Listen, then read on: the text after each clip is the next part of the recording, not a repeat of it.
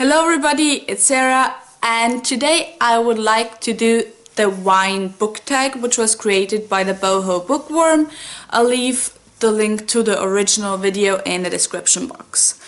I have not directly been tagged by anybody, but Lindsay Ray tagged everybody who started Booktube about 4 months ago or less, so that's what I did, and so I wanted to do this book tag anyway, so I'm doing it. Austria actually is a country where we have a lot of very good and high quality wine, although I have to say I'm not too much of a fan of red wine.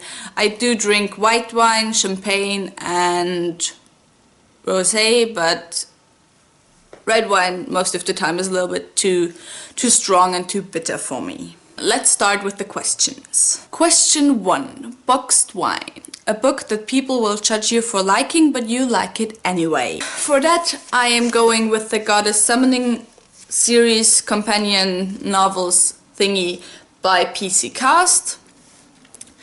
And this series is very romantic. There's a lot of sex scenes in most of the books, and it's not something people would call, or even I would call, a quality read, but I enjoy reading and rereading them all the time. Anyway, question 2, organic wine. A book that doesn't have any added crap to it and is just written perfectly. For this I am going with The Secret History by Donna Tartt. This is a thriller-ish, mystery-ish novel. I just love it. I think the writing is so beautiful, and even though sometimes the pacing is kind of slow, I think this pacing is needed for the parts that are kind of a bit quicker, and I just love it so much. Question 3. Glühwein. A spicy, wintry read. I really don't have any winter or summer reads, but a read that is really perfect for winter is White Fang by Jack London. Question 4. Sauvignon Blanc. A really sharp and aggressive read that you couldn't put down. For this I am going with any book by Brandon Sanderson, especially in the Mistborn series, and all of those books have kept me up till past 4 in the morning, and they are just so good and amazing. And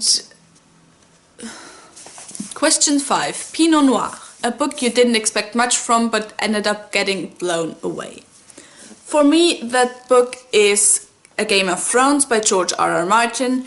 I watched the first season of the series, and to be honest, I had decided not to continue on because most of the time I was just bored.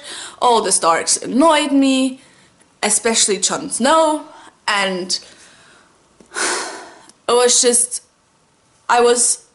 it's not that I disliked it, but I just thought it was kind of meh. But then I decided to pick up this book, and I couldn't put it down. Suddenly, Jon Snow, who was my least favorite character in the series, was my favorite character in the book. And I'm still waiting for Winds of Winter, and I'm so angry that it's not out yet, because I need this, especially with the ending of the last book. And yeah, I watched the 4th and the 5th season again, but again, I did not like them as much as I liked the books. Also, I didn't expect much from it because everybody who tried to read it couldn't finish it, who I talked to, and they said, yeah, it's so long and it's so complicated and I don't like it. And so, but anyway, I love this book. Question 6. Chardonnay. A good summer read that was super zesty. Now, I'll be honest with you, I have no idea what super zesty means. But I have no book for this anyway, because I really don't have any summer books. All of the books on my shelf are mostly kinda a bit darker or classics, and for me summer would be just something really romancy, but I don't read any romancy novels. Well, any contemporary romance novels. So I guess maybe manga for that one, but yeah, I don't have any book. Question 7. Rosé, a book that has a bit of everything in it. For me, I'd go with the Shadowhunters books by Cassandra Clare, because they really have a bit of everything in it. There's some romance, there's some action, there's some comedy, there's some drama, there's some growing up, so yeah. Question 8. Shiraz, a full-bodied book that is dark and juicy. Now, I don't like taking an author twice in a tag, but I had to for this one, and I am going with Sebastian by Anne Bishop, which is the first book in the Ephemera trilogy. And so, this book is just, it plays in a very dark world. Every book by Anne Bishop is very dark and juicy, especially her fantasy books. So it was just perfect for me for this question. It's